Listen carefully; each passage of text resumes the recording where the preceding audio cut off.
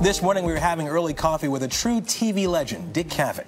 Beginning in 1968, he hosted the Dick Cavett Show for more than a decade, interviewed some of our nation's most famous personalities. And he wrote down some of his favorite stories in his new book, Talk Show, Confrontations, Pointed Commentary, and Off-Screen Secrets, which is out now in paperback.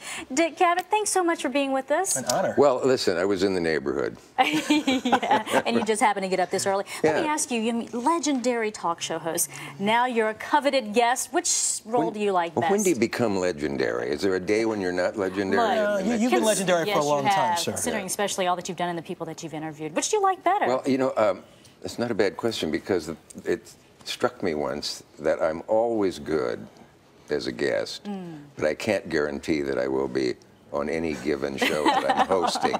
Hosting can go bad, but once you're off the pressure of hosting, see how I've broken up the people? Look how relaxed you are. Already, and I barely opened my mouth. Well, We're thinking hosting can go bad. Hopefully this doesn't happen today. Let's say you're in the host seat right now. Who would you love to have on your program today? It's a toss-up between the Pope and George Clooney. Huh, that's an interesting... And I thought getting them together might be good. Oh, yeah. Because I don't know if they're buddies or anything. But it's tough, you know, of all the people. In the years that I did it, I kind of got everybody I ever wanted, and people told me I would never get. So I got kind of spoiled in that regard.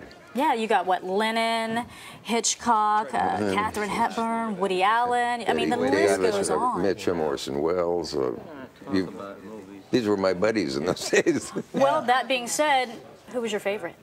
That's too hard to answer because, you know, you can tell who jumped the highest in an athletic contest or won the marathon. But with the fabulous array of personalities, all different, in not just showbiz, politics and everything, I can never pick a winner. But if somebody said if they're going to throw everything away you did but one thing, many people would think I would say Katharine Hepburn because that was such a stunning get. Right.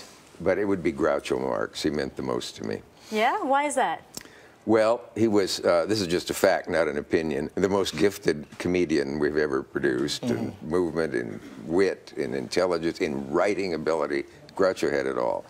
It was just, he was a dream of mine to meet. Yeah, well, it's interesting. I've been reading the notes, and I'm a fan of the Cavett Show from way back. I remember the competition with talk shows back there. There was you, there was Joey Bishop, of course, there was Johnny Carson, and you actually wrote for Johnny Carson. Isn't that silly? I wrote for first Jack Paar, then Johnny, in that order on The Tonight Show, yeah.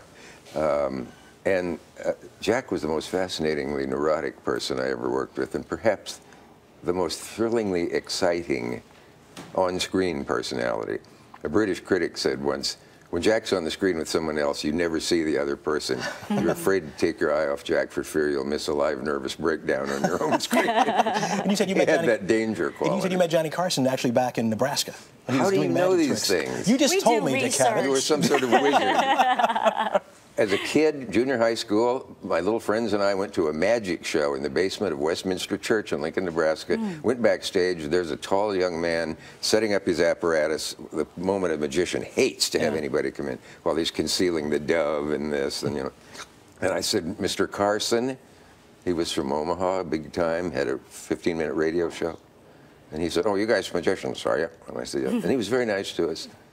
And 35 years later in Sardi's, I said, Mr. Carson, he was hosting a game show. Right. I met you in Lincoln, and he said, was that you?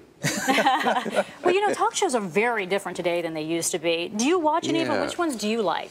I'm not addicted to talk shows anymore, but I do watch, and probably the big difference is there's more non-talk in talk shows. I don't mind that.